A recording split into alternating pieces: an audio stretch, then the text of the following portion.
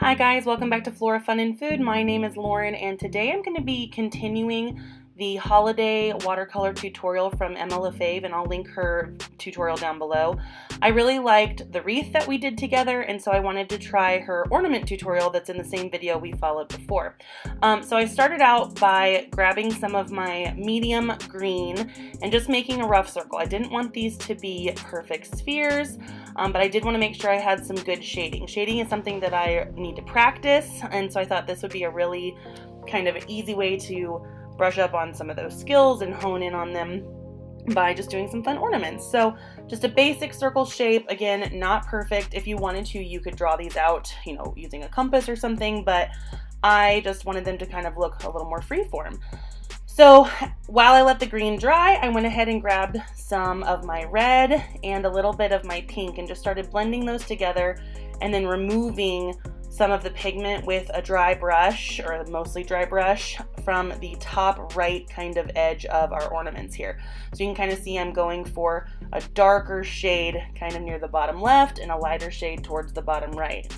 Then I decided to do blue. She did, I believe, gold, but I really wanted some slightly different colors, and I really like blue Christmas lights, and so I just decided to go with this. Now I did pull in a little bit of purple on this one just to kind of give it some more depth. I did light blues and dark blues together, but I ended up getting too much pigment at the top right. So a trick that I like to use is just use a Q-tip and just kind of sop up some of that water and pigment, and then you can always go back over it with your brush later and add more.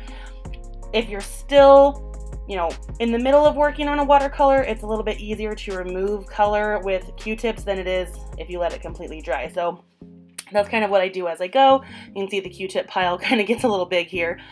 And then at the end, I just grabbed my other Koi brand watercolor palette that I have. It has metallics in it, and so I use this kind of brassy gold color to make the tops of the ornaments. And I really liked how the metallic turned out.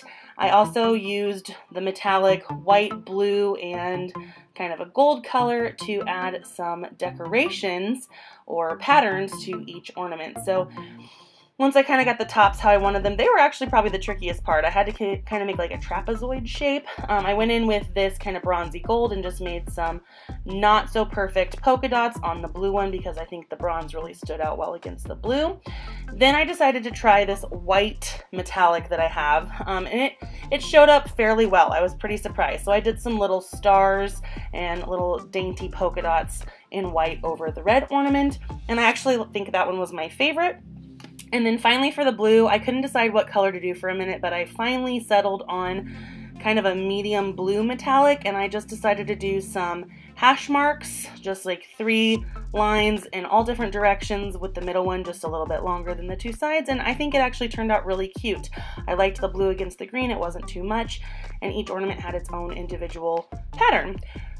Then I kind of messed up here and I tried to sop up some of the water on the metallic, and now that acted a lot different than regular watercolor because the metallic, like the sparkle in it, kind of got sopped up and it made weird little patterns in it. So after I let it dry a little bit, I did go back and add some more. I added hoops with a teeny tiny like pinpoint brush just to put my string through, and then once the ornaments were completely dry, which I did go and use a blow dryer really quickly because I'm impatient, I tested out some of my Micron pens and used a ruler to draw the strings and added little knots.